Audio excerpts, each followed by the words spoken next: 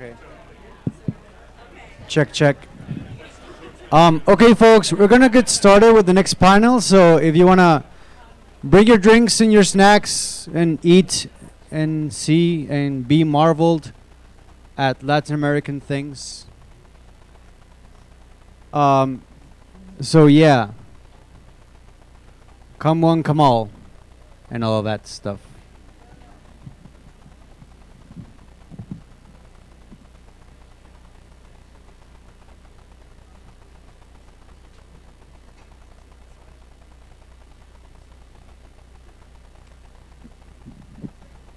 Okay, so hello and welcome. My name is Edgar Serrano. I come from the distant land and of Chihuahua, Mexico. That's northern Mexico, just south of Texas, in case you don't know. And I'm gonna moderating this panel, which is my second panel, which is game dev in Latin America. And I have the one most wonderful panelist with me, which is Adolfo, that guy. He is the producer and marketing Chabochi collaborator at our studio, which is Lienzo, and he's gonna be starting first. But I just want to give you a round of like getting to know the other guys, which is first Enric Llagostera. He's an indie game designer out of Sao Paulo, Brazil, and he's also a teacher of game devs at Puki Campinas. And this is Gabriela Aveiro. She comes from Paraguay. She's an animator whose specialty is games. She's a storyteller and founder of Pitibo Gaming. And she's also a member at the board of directors of Dames Making Games. I'm going to let them take over, and then we're going to be at the end doing some Q&A. So first for you is Adolfo. Please welcome him appropriately.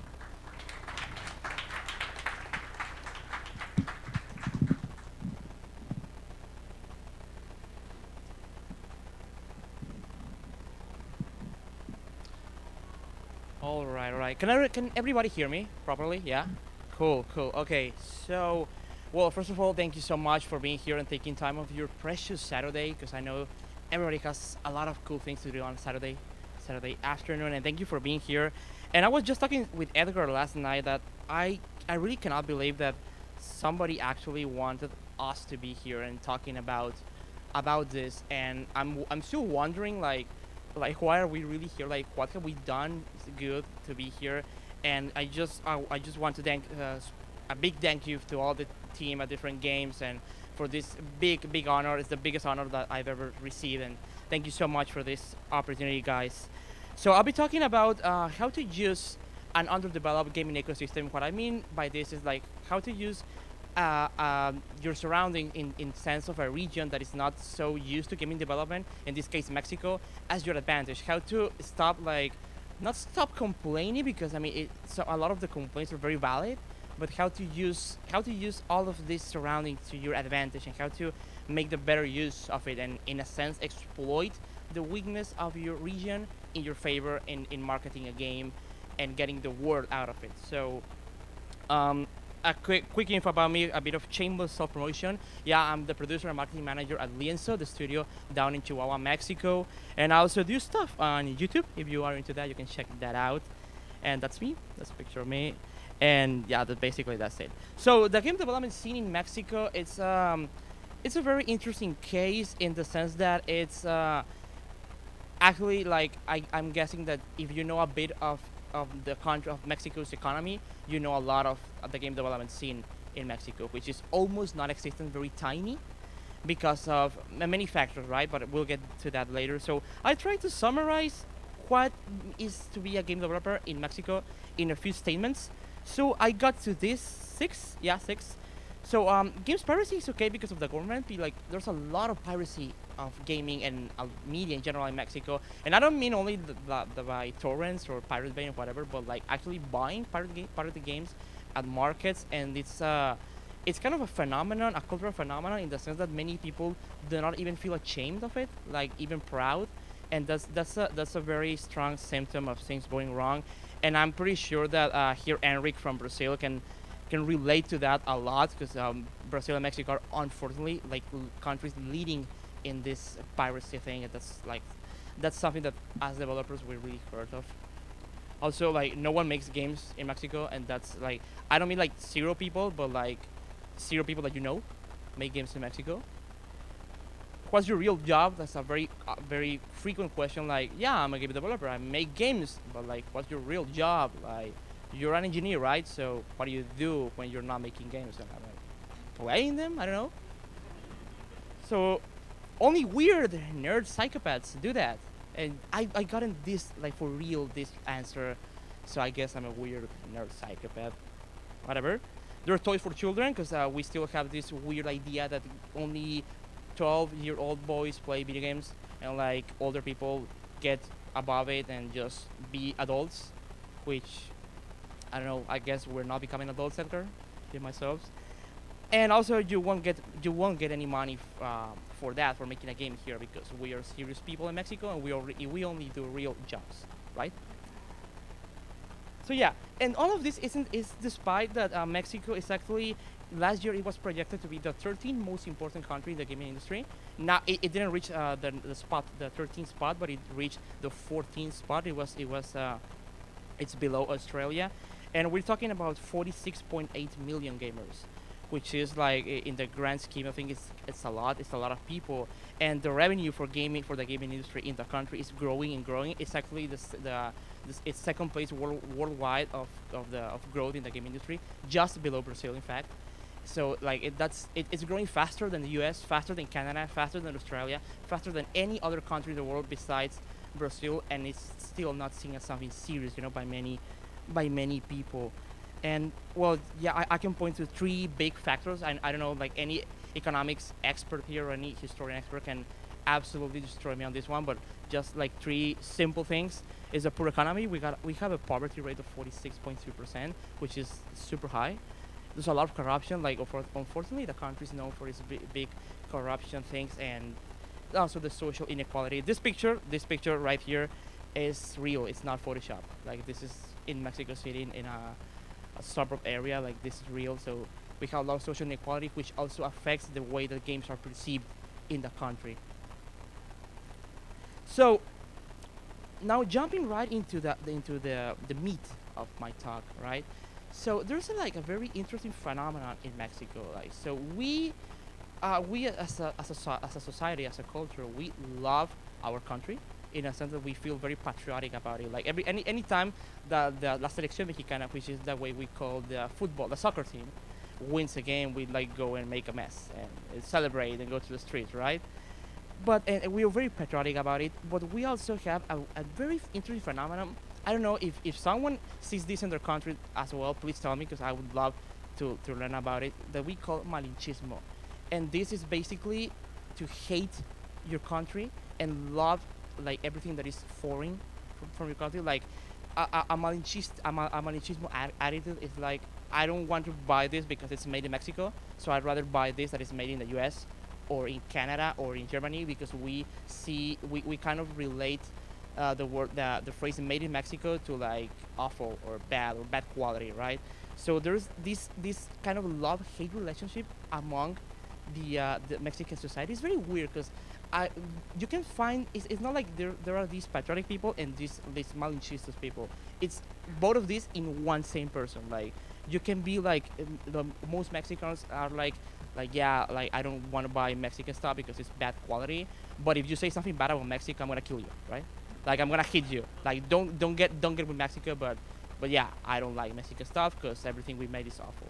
And this is something that I didn't think about before getting into game development in the country, and of course I saw the consequences. So last year we started trying to get funding at the beginning of the year for a game called Mulaca. It's a game based on an indigenous tribe in Mexico, and we tried to get funding through Kickstarter, and we did a lot of stuff trying to get attention and funding for this game. So we, luckily for us, we got a lot of. Oh, why does it look so weird? Well, I don't know why it's not. Oh, it's animated. I don't know why. Okay, so we got a lot of different attention from different press sites and newspapers and such. This was just some of them, but most of them you won't recognize because a lot of them are from like Mexico and Spanish-speaking countries, right? But the funny thing is that I'm pretty sure that all of you guys that make games that are in charge of PR marketing for your games, like you're used to like sending 100 emails and getting replies for like 5 or 10 of those, right? And the same thing happened to me, but the very funny thing is that every single email I sent to a Mexican site, a Mexican press site, a newspaper, I got a reply back, like almost 100% of them. And I was a bit like freaked out by that, like why is this happening with Mexican sites, and if there's not interest for gaming in Mexico, right? And a lot of these sites are those that we got into the second most watched news channel in the country. We got a lot of coverage from places that I would never expect, and I was wondering like why, and I did some diving in some of the comments that we got, and I did some rough translations. So on this the top two comments, you can see like these patriotic people, like these proud people that we all from Mexico, it's awesome, and the other two, like you can see what I'm getting into, this malichismo attitude, because just because I'm in Mexico, I can get this, oh you're awesome, or oh you suck, and from a Mexican dude, right? So this turned out to be like a very very weird thing for us. Donations on our Kickstarter came mostly from developed economies. However, over 90% of our coverage was in Mexico, and a lot of that coverage I achieved without much effort, just like saying, "Hey, I'm from Mexico, news story," like immediately. So that was something weird that happened, and it's either a situation of either you're awesome or you suck, right? And game development in the country became kind of a news story worthy of even national TV, and the goal became to appeal to patriotism in the country to gain popularity in a weird sense. I then thought like, well, if I can get easy coverage and easy attention just by appealing to this patriotism, then I tried to apply the same principle to this other game that we're working on, which by the way is playable right there. After the panel, you can go play it. And this is the traffic on the game on Sim Greenlight during the first few days.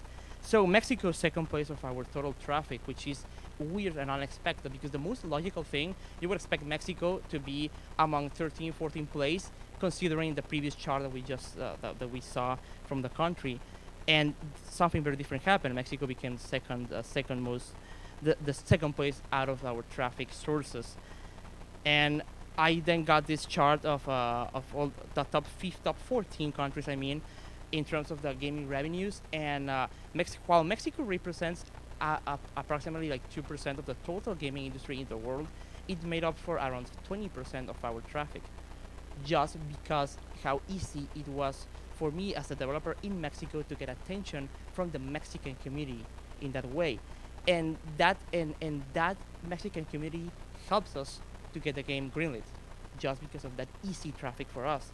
And I just put in red the countries that these countries that are in red are countries that are also on our top 10 on traffic.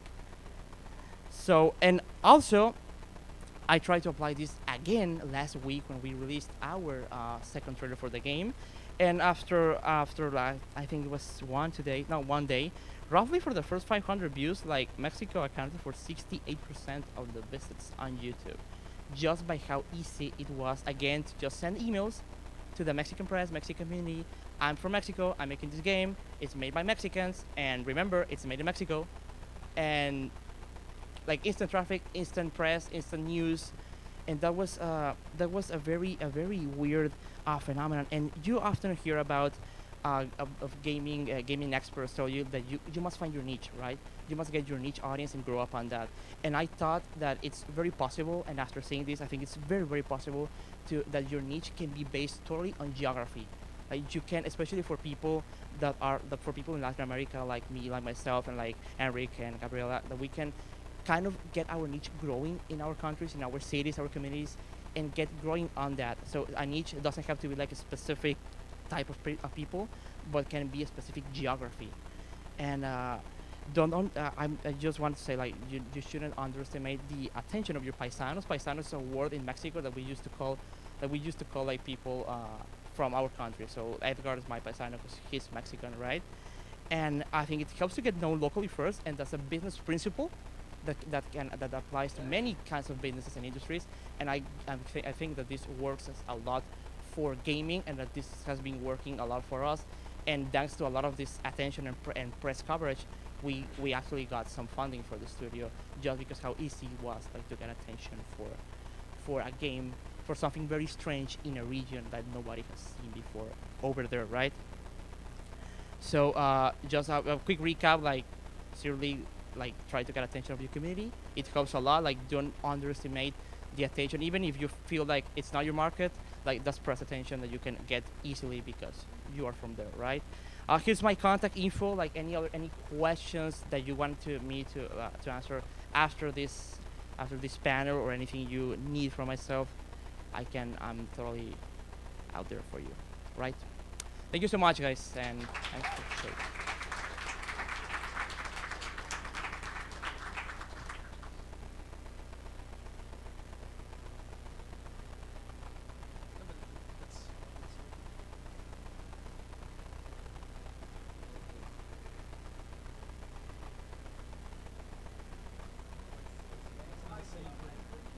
It's all in the same, right?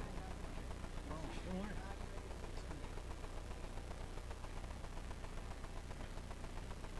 Well, hi everybody. First, I'd like to thank you for being here and also for the opportunity of me being here to talk to you. I'm really glad that I could make it, and I'd like to thank the organization and all the staff. Uh, what I want to talk, like really quick introduction, like I'm an indie game developer from Brazil. I also teach, and I'm a course coordinator at a university back there. I had the opportunity to study in Copenhagen, which gave me an interesting perspective on how other indie scenes are configured, and it really raised a lot of questions to me. And I also organized like some indie dev meetups back in São Paulo. So, my question is, okay, so indie games are sort of a global phenomena. Like they're in several countries. There are people from everywhere using that idea to sort of make their games around it. And the thing is, I really want to see how the Brazilian scene is configured. Like, what are the components in it, and how this configuration enforces certain values. Like, how does that bring people in or keep people out? And also, I really wanted to do that so I could find opportunities for fostering diversity and subversion, or at least like trying to bring different understandings of what independence means. So why? What is at stake here?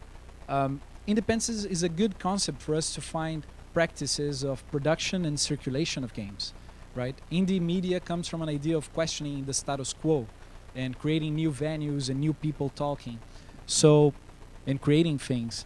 So I really think that this is an interesting concept to look at Brazil and see how things are configured there. And also like this idea that there is this really infinite gradient of how well integrated into capitalistic and value production circulation of games you are, and how much you're trying to get away with it or proposing new ideas and different arrangements. So my idea is to look at indie games in Brazil and say, okay, so what is pushing towards this end of the spectrum and what is pushing towards the other, and how these are mixed because they're not black and white and straight essentialistic separations. So my inspiration is a lot of some indie game studies that are going on right now, actually, like really recent work that is putting together frameworks for understanding indie game scenes as assemblages of several different kinds of actors and factors together, seeing how they relate to cooptation and market practices, and also the role of communities, the role of diversity efforts, and how they really challenge the status quo or not. So, and actually it's really cool because a lot of these names are around here, so they were here in the conference, and I really liked that. So, some disclaimers. This is not an extensive research, it's really short, and I crammed a lot of information on the slides, so sometimes I'm just gonna skip it, and then if you wanna look, there are links there, and you can go and find all sorts of stuff there. I try to get the most comprehensive data, but some of it is just not available. So this is something that's really starting out. And also there are a lot of biases. Like I'm situated in São Paulo, Brazil, so the southeast region, the richest area. So there is a lot of bias in that. And also like in a very privileged position of being a professor at the university, and like I'm a white cis dude, and so there is all sorts of biases that have to be taken into account, and I apologize for that for the start. And also that this is like a exploratory study. Like I really want to find new things, to new questions actually, and not so many answers. Okay, so Brazilian indie games, what's that? Okay, so I'm not gonna name drop a lot of games, like there are quite a few actually, but the idea here is to talk about the dominant style or idea of what indie is in Brazil. So small teams, original projects, which I mean like are not hired by somebody else, either a publisher or a client. There are no Brazilian publishers basically. So when I say publishers, I'm talking about foreign publishers. There's a strong influence of that idea of indie that we see on Indie Games, a movie, and this sort of like, oh, you go to the GDC and it's all about making one hit and something like that. It's weird, but it's a strong influence. Like, and all this authorship relationship of, oh, I really have to suffer and make my game, and then I'm gonna be rich. It has a bit of an influence now, but I think it's changing. But there is this strong emphasis on the product. Like we really have to make a very good product, and that I think like it talks to what Adolfo was saying. Like, oh, our Mexican games suck or Brazilian games suck. That's also something that we hear a lot. But the answer was, okay, so we have to make these really, really polished things. Professionalism became a central value, which I think is problematic in many senses because it tends to keep on established gameplay genres, established themes. So people keep producing things that are sort of safe. They don't risk much. And what is the context of that Brazilian indie games? Well, the Brazilian games industry is quite varied. Like, it has a strong for-hire focus, which means like people hiring companies to make games about some topic, like be that advertisement, education. It's all small companies, really, really small companies. Like there are very few which have more than 20, and most of them has less than 10. And it's a very much male-dominated industry. It's like 85%, which is a lot. And this is the all the info.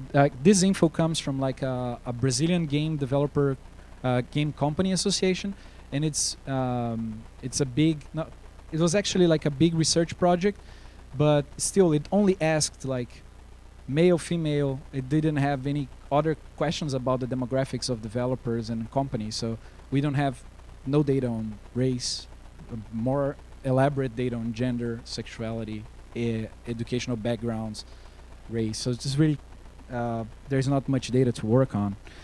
Consumption. Brazil is a huge consuming market, right? A lot of players. And okay, so but the games we're making there, like where are they? Well, they are on Android and iOS. Like people really make games from mobiles. This comes from some scraping data from Play Store. Like try to find out like and filter which were Brazilian games. It's sort of incomplete, but it's around that. And on Steam, there are quite a few games, like more and more there, and a lot of them are tagged indie. And I find it really interesting.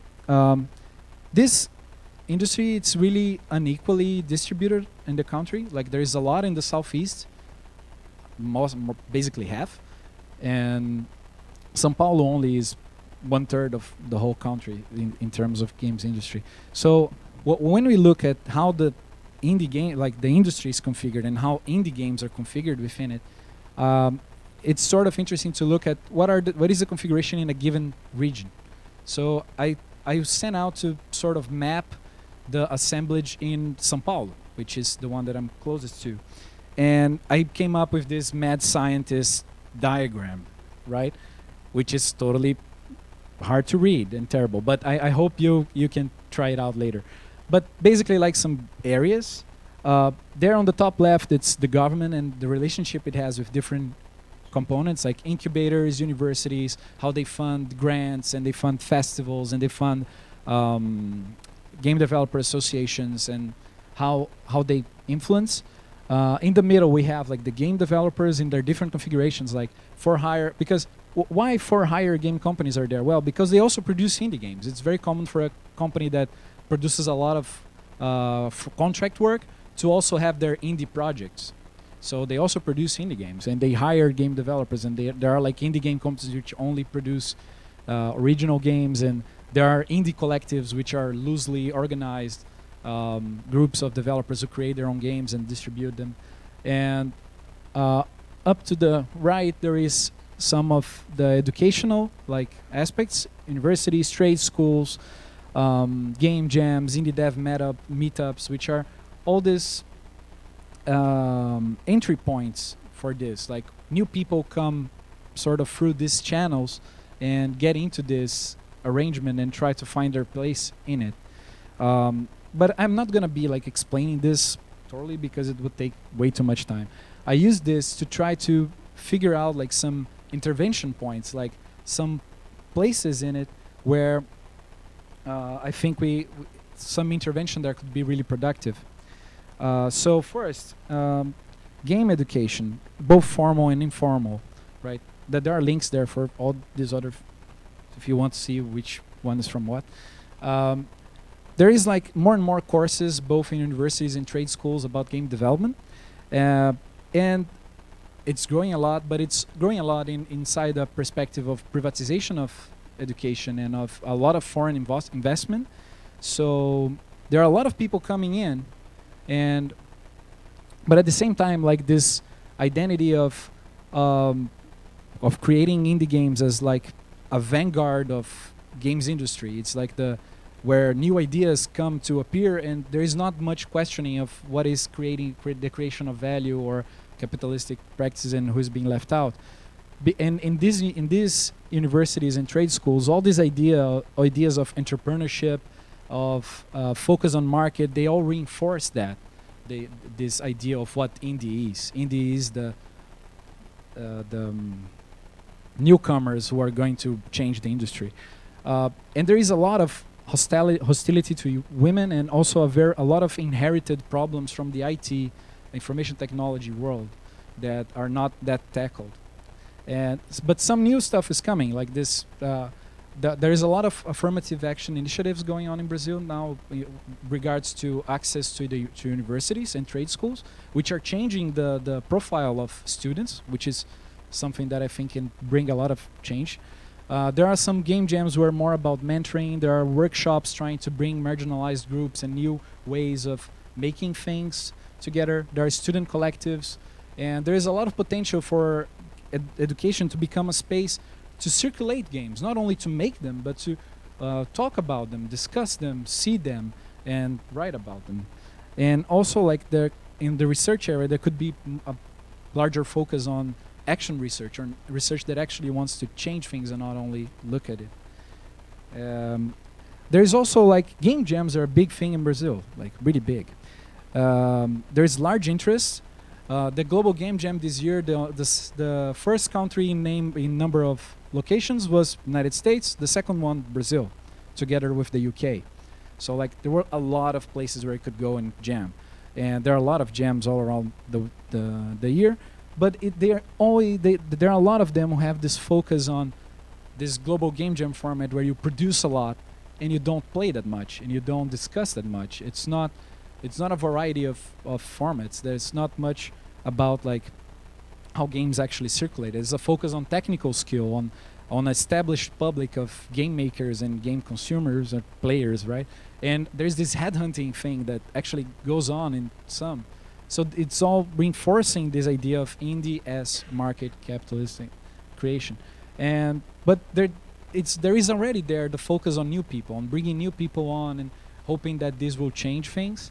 But there is not much discussion, and we have a big potential to work about on safer spaces, on thinking about inclusive methods, new formats that could change this.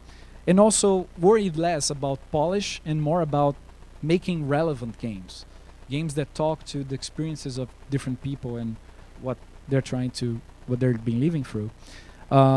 This is about festivals and curation. Like we have some big festivals in Brazil. We have the BGS, which is a big, like, I don't know, not GDC, but I don't know, big trade show.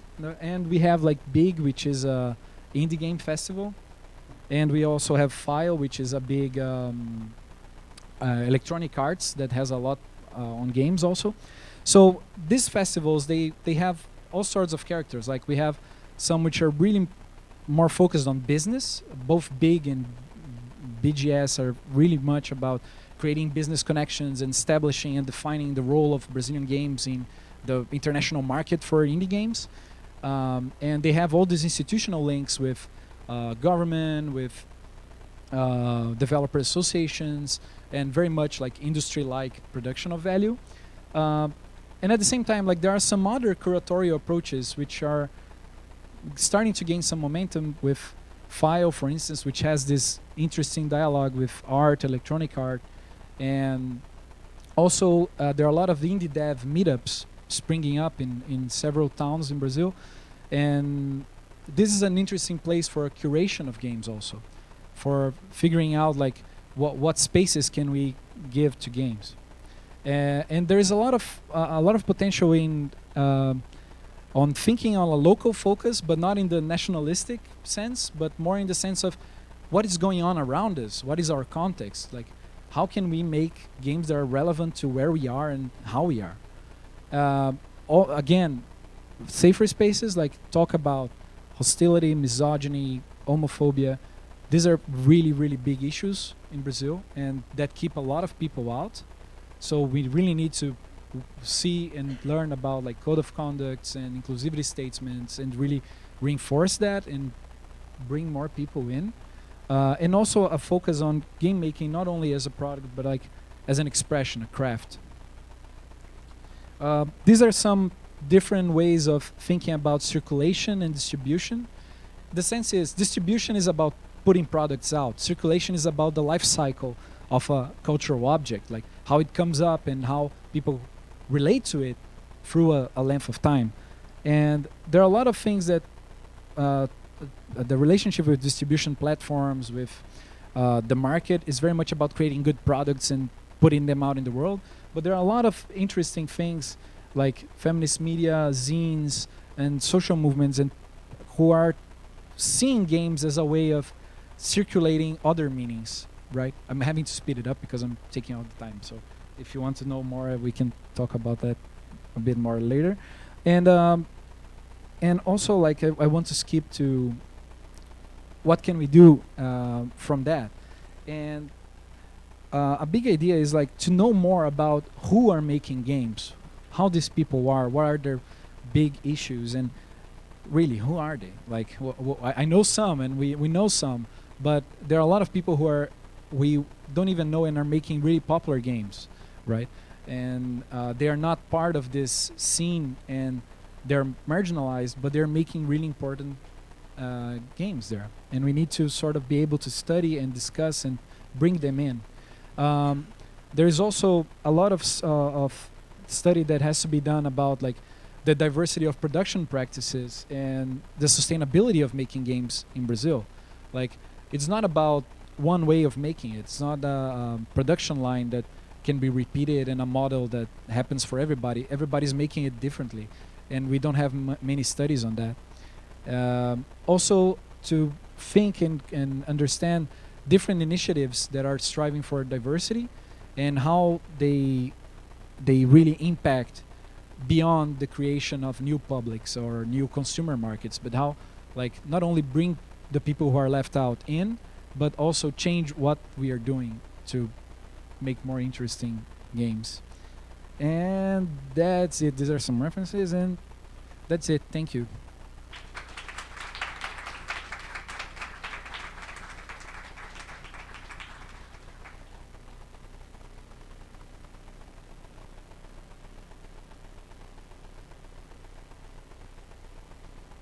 Okay, hi. Thank you so much for coming to our session today. So I'm going to be presenting about Paraguayan game development and what the scene is like there. So I'm going to start off the talk with just some basic statistics on what people there use to make their games, and then break down the infrastructure. Oh, is the mic on? Okay, sorry, I'm going to repeat that again. So I'm going to go over the statistics and then break down the infrastructure of the game industry there. That closer. Okay, thank you. I'm just short. Okay. So basically, in a nutshell, the game development industry, I interact with the game industry there purely through Facebook. So there's like a Facebook group, and everyone's a member of it. So there's like 800 members or so, but maybe only about 100 are active. And someone there posted this image.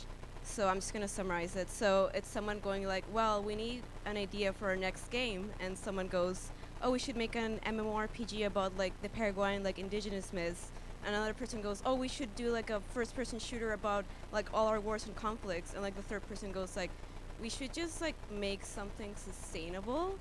So that's kind of like in a small nutshell, like people there are incredibly eager to like, "Oh my god, I want to make like the best game ever about our culture and like put it out there and like it's going to be amazing," when we have really limited resources and skills. Um, this was a joke that it's not funny.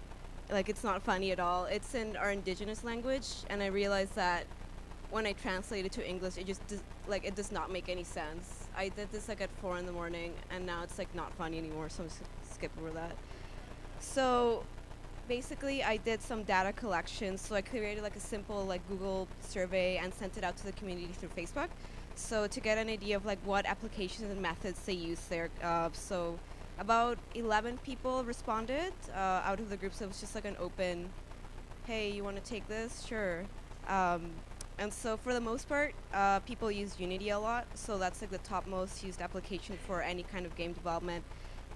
Most of the people there like have made at least one game, and most of them are designers. So designers, then programmers, then artists. Uh, then when it came to experience, most said that they have like 1 to 3 years, and then for formal game education or study of game design, there's no formal education for that there. So most people are self-taught, and they study like YouTube videos and Coursera courses. So it's purely online to either learn like about fine arts or game basics. Um, and then applications like digital applications are pretty much everyone knows like the Adobe Suite and Maya and 3ds Max and Blender. The only ones that no one knows like about is Modo and Motion Builder, mostly because like Motion Builder uses motion capture, and we don't have that kind of technology there. And then professional and personal use was like almost like pretty much even. And then story themes, like pretty much everyone liked everything, especially sci-fi and fantasy. Same for game mechanics, it was like all across the board, everyone liked everything. And then general inspiration is like books, films, movies, games, and like two people listed like personal experiences.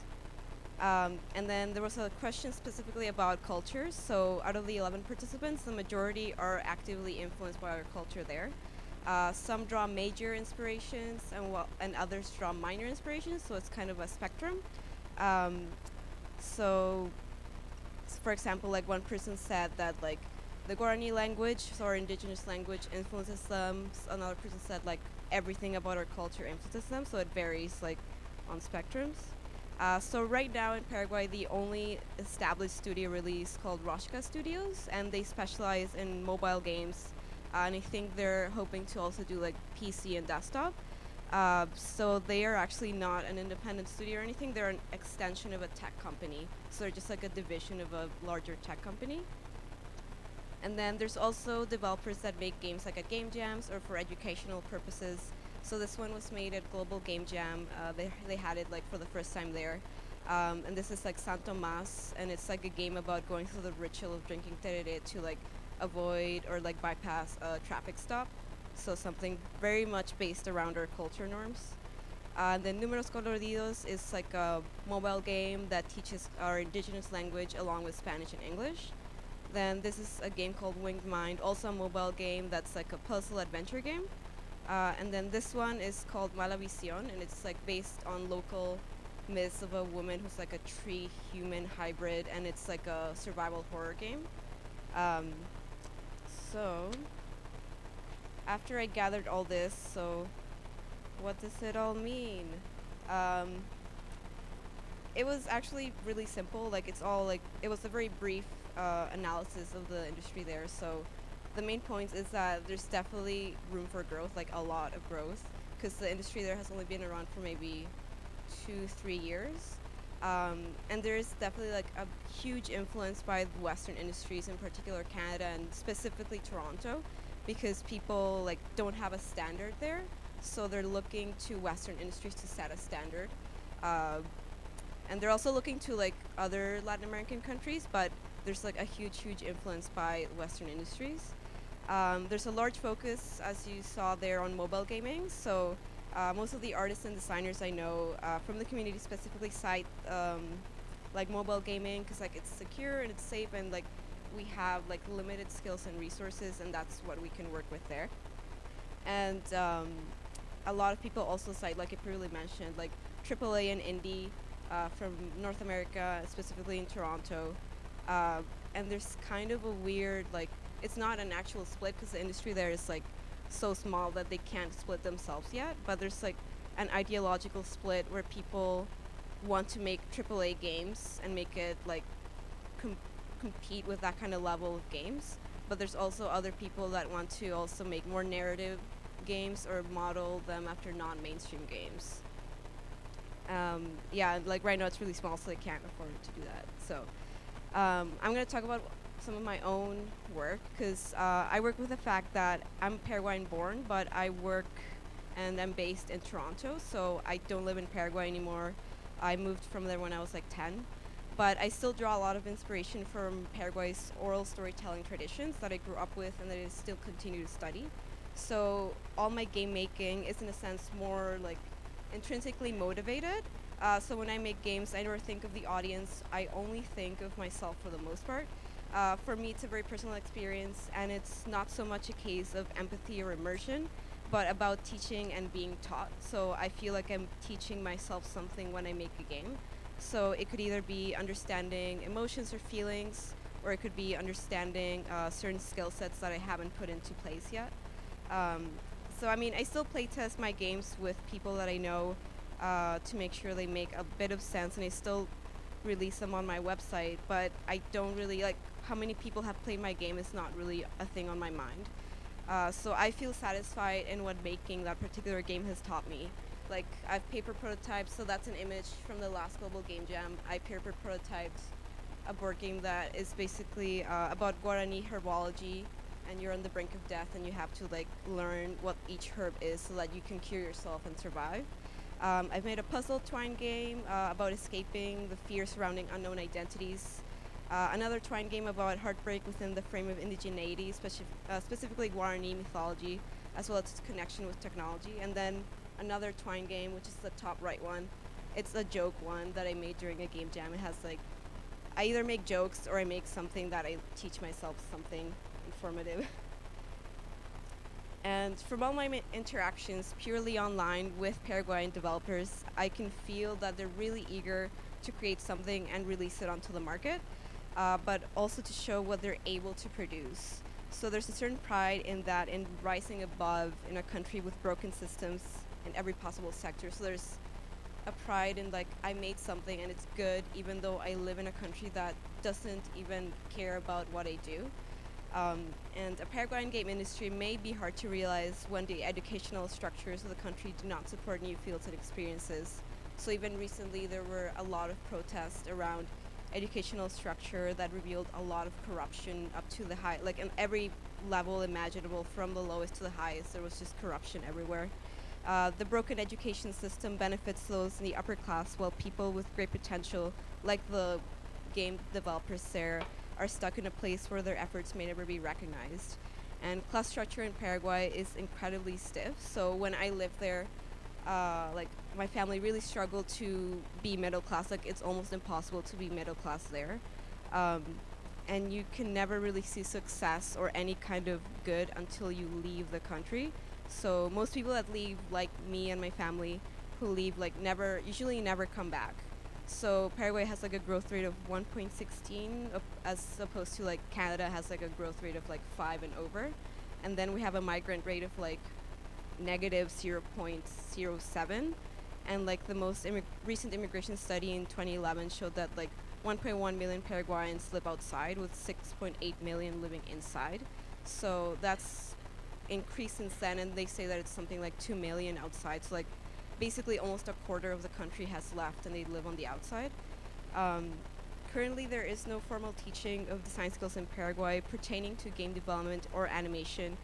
Like I mentioned earlier, like people mostly cite online resources and they teach themselves as many skills as they can to make games. So what that also told me is that developers like they have that passion that even though there's no structure for them to learn game development, they're going out there and teaching themselves and like just using any kind of resources they can get their hands on, because teaching yourself something your country doesn't even provide is incredibly difficult and often impossible most of the time. So, and there certainly is a tension around education, especially when the corruption was revealed last year. So, against the UNA, which is the Universidad Nacional de Asunción. So, documents were leaked showing university higher ups like they were stealing funding meant to go to students and to educate them, and they were using it like for their own greed. And since then, more and more students have been like speaking out and protesting against corruption. Like there's organizations through Facebook, and like every day they try to rally and like do something about it. Um, and I don't live in Paraguay again, and I'm Toronto based, so I feel that it's something really important for the cultural sake at large of Paraguay that games can be something that reminds us about who we are. And I mean, we actively incorporate Guarani and Paraguayan culture into our games, not just to, like, some do it to like diversify and represent, but all of us do it because we want to celebrate who we are, because we've been demoralized and oppressed, and like that's the one way that we can actually like actively engage and celebrate with our culture. And like I mentioned, like most who leave don't come back, and that's also due to the fact that when you come back with this kind of uncomfortable knowledge that it's like there's such disparity in the country that you just don't feel like you can stay there with the knowledge you have now. And you become more aware of the disparities present in the country. And for myself, I'm kind of in a weird position where I really do feel I'm Paraguayan, but I don't live there, and I act as a middle ground for the developers there, because they're very eager to make connections to the North American scene, and I'm like the only Paraguayan connection they have here, and I almost feel like I'm like, okay, like I want to help them out, but I can't, like there's limitations that I have. I mean, I learned about game making in theory in a Canadian system, so my approach is going to be different from theirs, whereas they're self-taught. And even though I express my thoughts and feelings of Paraguayan folklore and culture, I still operate within like a Canadian Western system. And I don't feel comfortable being a driving force in it because of the fact that like they have to drive that themselves. They have to find a way to work within that system, and it's incredibly hard to do. But I'm willing to offer my help as much as I can because I feel that I have knowledge and I want to share it with them. And I've accepted the hard fact that like because I'm kind of seen as an outsider now because I've spent most of my life now in Canada, so I'm more foreign to them than like I am foreign to Canada, I guess. And because of that, I'm kind of an outsider to the industry, but I'm not aiming to physically go back and be a presence there, but I'm still like helping them out and being like, here's what you could do, and like kind of steer them in a direction, a general direction, but not try to like push them one way or push them the other way. Just gonna quickly go through. So those are just some of those. I'm just running out of time, so I'm just gonna go directly to this one. So I just really want to show this picture because this was from the dinner that Obama had with like the Argentinian president, and basically the point is that the dancer there, she's Argentinian, but she was born in, from Paraguayan parents, and there's this thing that whenever we struggle and whenever we like there's something hard to do, we're like, oh no, I have indigenous ancestry, so like I got this. So like the dancer there, she was interviewed and she's like, I only did what I did because I have indigenous ancestry. So in the development of the game culture there, people are also approaching that it's like games are also a very powerful platform for us where this is a chance to revitalize a culture and our culture to in a place where we've been demoralized and just broken down. So like, and this kind of theme has always run to all of our systems. So from being colonized to the present, games are just inherently influenced by everything that has made our history. So like we're a nation of people with like multiple identity crisis, political turmoil, constant dissonance between what constitutes like what being a Paraguayan is in terms of nationality and ancestry. And so the biggest takeaway from this is that we are working with broken systems and broken models, and everything is broken. Nothing works properly there, and the game industry is so young and like small, like a baby. So it's easy for that brokenness to leak into such a young industry. So like it's like they have a golden opportunity right now, and it's gonna be a hard road ahead. But I feel like they can make it work. But it's also like you also have to grapple with all the corruption that's around the country. So that's like a brief look at Paraguayan game development. So thank you so much for listening. Gracias, Aguirre. Thank you. Um, Awesome. If I can have you join me at front and center, please, for Q&A. So great. Paraguay, Brazil, and Mexico. International brains for you to pick on. So go right ahead. Any questions to get us started? Weirdly, none at all. Go ahead.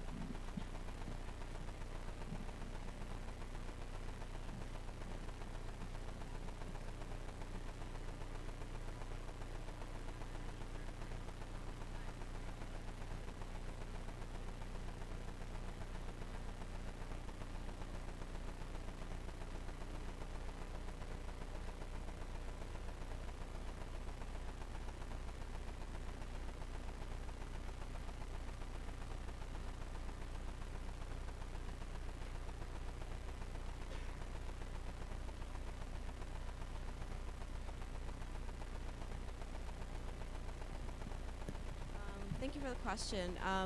I think that's something that, like I previously just finished talking about it, the developers there, that's like constantly on their mind, almost. Specifically in Paraguay, where we're just really demoralized after hundreds of years of being colonized over and over again by different things.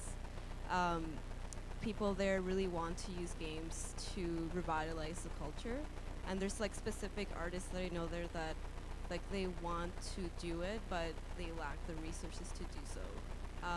And right now, like it's very young, and they don't have enough support to do that yet. But there is like the will to do it. Like they want to do it. Specifically, like there's been talk in the community there to like make games, like, and a lot of people have been inspired by like Never Alone and like those kind of games. To reach out to like the more remote indigenous communities that don't live in the city, and reach out to them and be like, I want to make a game about your culture, and I want you to like help me with this and be the driving force for it. So there's definitely talk about that, and people want to do it, but again, they're limited by the lack of resources and support from the government. Well, in Brazil, there are some people who make games profiting over these stereotypes, like, oh, favela wars or something like that. Actually, that's the name of a game. And I think, like, I don't know, there is a lot of different. Um, Brazil is a really big country. It has a lot of diversity internally, so there are a lot of people who are making games based on regional cultures and indigenous cultures, and also like some like São Paulo is a huge cosmopolitan city, so bringing it all together and mixing it up and throwing out something entirely different. And I feel like sometimes this question of how do we relate with all these foreign views of us, sometimes people just hide from it. They just say, okay, I don't care what they think, I'm gonna make a game that I want to make, and let them figure it out. It's difficult. I really don't find a clear answer to it, really. there are countless games about tacos made in Mexico, like countless of them, like for every platform. So yeah, like definitely you're right on point. First thing, you should become a gamer. You should become a gamer, definitely. There are a lot of games. There are a lot of games here on the show that you might like. So yeah, there are a couple of studios in many different countries that are trying to bring some of what makes their country special and magic, and not talking about food again, like cool stuff about the country that not even the people that live in their country know. Because for instance, we're making a game about an indigenous tribe in Mexico, but like no one outside the city and the state where they're at knows about them. 'Cause, we live in a city called Chihuahua, Mexico, where they are located. I'm not from there. I wasn't born in the city, and I didn't know of that people until I got to live in the city because there's not widespread like coverage of them.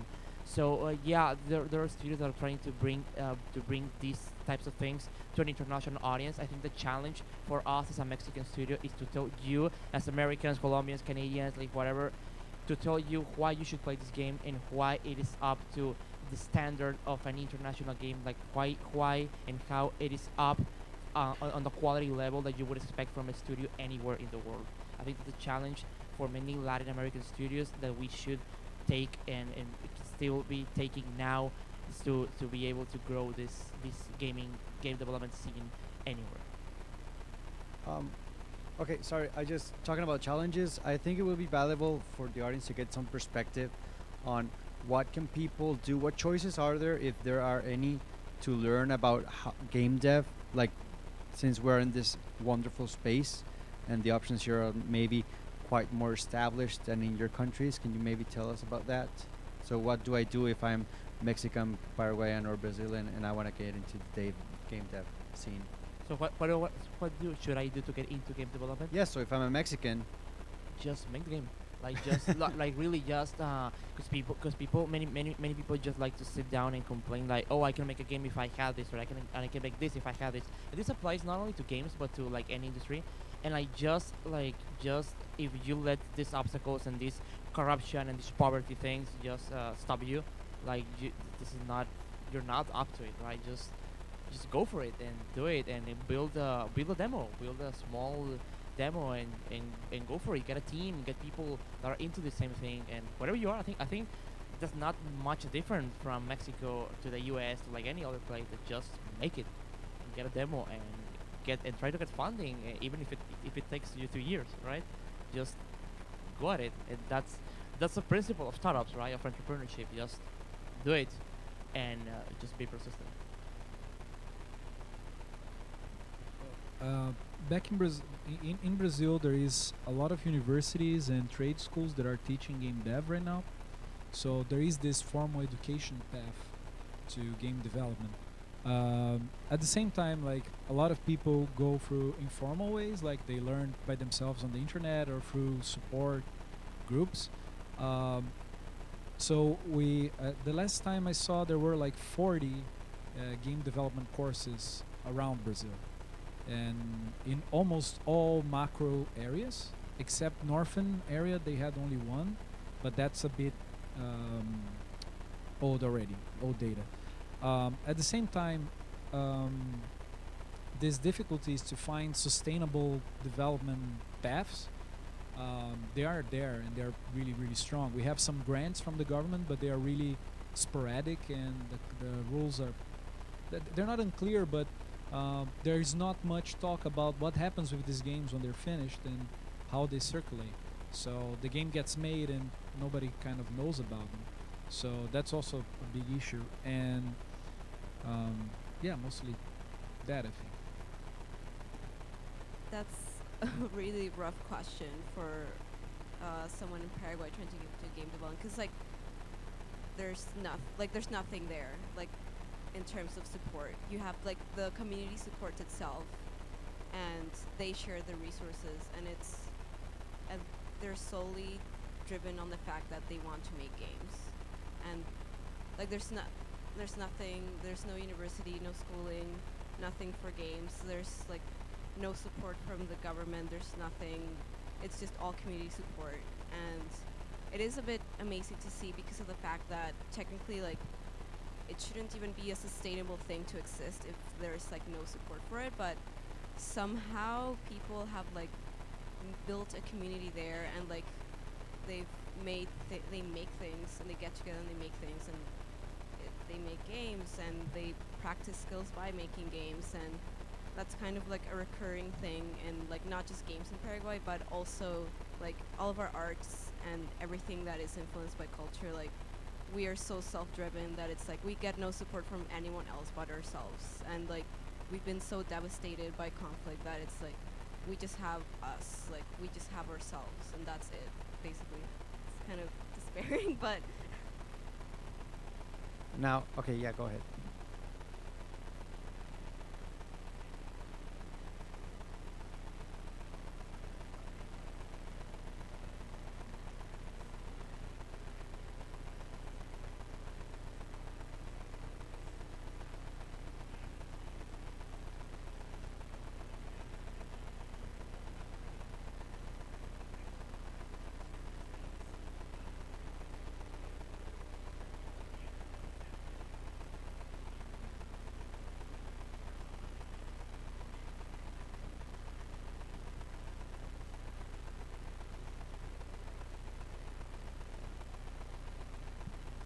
Yeah, I mean, the film scene in Mexico is definitely growing and it's becoming more prominent. Not only in the amount of movies that are being made, but in the sense that we had recently two very well-known directors who have won Oscars, and like, yeah. Speaking of patriotism on my presentation, yeah, the entire like a lot of Mexicans just went out on the streets the night of the Oscars just to celebrate that Mr. Iñárritu won, and but on polling with gaming, they do feel like a separate thing. Like the audience that is watching movies in Mexico is a totally different audience from the one that is playing games. So yeah, there is this perception that to be able to create games, you gotta go more into this engineering fields and these programming fields. But that's I mean that's totally false, right? Like you don't have to be a programmer to be able to make a game. I'm not a programmer. I can barely program in something in Excel. Like I'm not a programmer, but I'm in this because a game studio is like any other business. You need different fields. It's a multidisciplinary stuff, right? You need your business guy, your production guy, your marketing guy, your programmer, your artist, your audio team, and all that stuff. It's the same for movies, really. But there is this perception and this very unfortunate perception and wrong perception that yeah, games are made only by like these nerds on computers and that's it.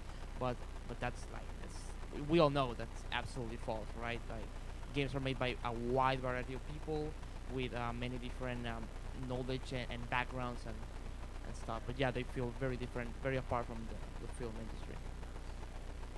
There is something which is interesting about that because like some of the governmental support structures they kind of originated in film and TV and other audiovisual media, and they created like sub departments to work on games, and it's been an important factor. Like the funding mechanisms created for film, they are really important in funding games and together with the ones created for software. So they are film and software. They sort of became the basis for institutional support. And at the same time, like film is a place where an area where a lot of discussion about nationalistic and like a national industry, like oh we gotta make the Brazilian Hollywood. There were like 3 or 4 attempts of doing that throughout the 20th century, and they sort of worked and didn't. And well, something else came out of it, and it's quite interesting. So at the same time, like it can be really helpful to get some of the interesting discussions that happen there, and at the same time, it's like there is some peculiarities. Okay, that sounded terrible in English, but there are some specific things to games that maybe the accessibility, maybe I don't know, like the funding through smaller communities. I'm not sure, like that might be more interesting for us to explore, I think. I'm glad you mentioned film because Paraguay actually does have a bit of an emerging film scene as well. So the biggest movie, right, that was filmed there it's called Siete Cajas, and it won like a bunch of awards in Spain. I think it almost made it to like the Oscar circuit, but it's like a film that takes place like in Mercado Cuatro, which is like a center point place in like the capital city. So there's that vitality there also for that. most of the people that at least filled out my survey or that I know that are in games, a lot of them have like art backgrounds or like they have self-taught themselves like art. Some of them are like in IT or tech, the ones who do like programming and design. So it's like definitely a lot of IT. Like there's just a lot of people like with great skills that are like self-taught. It's kind of amazing to see what they make. 'Cause, like they're all like a lot of them are self-taught and like they just teach themselves what they can. I'm afraid that's all the time we have for now, but I'm gonna pass this on to Sarah for final remarks. But first, please join me in giving this awesome Posnes a round of applause. Awfully awesome. That's what I was going for.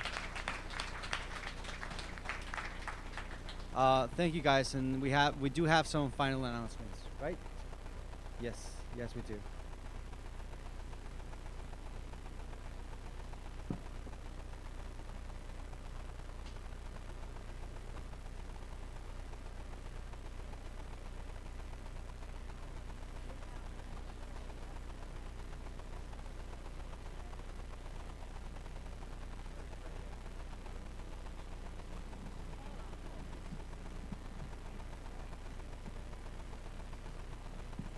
So short.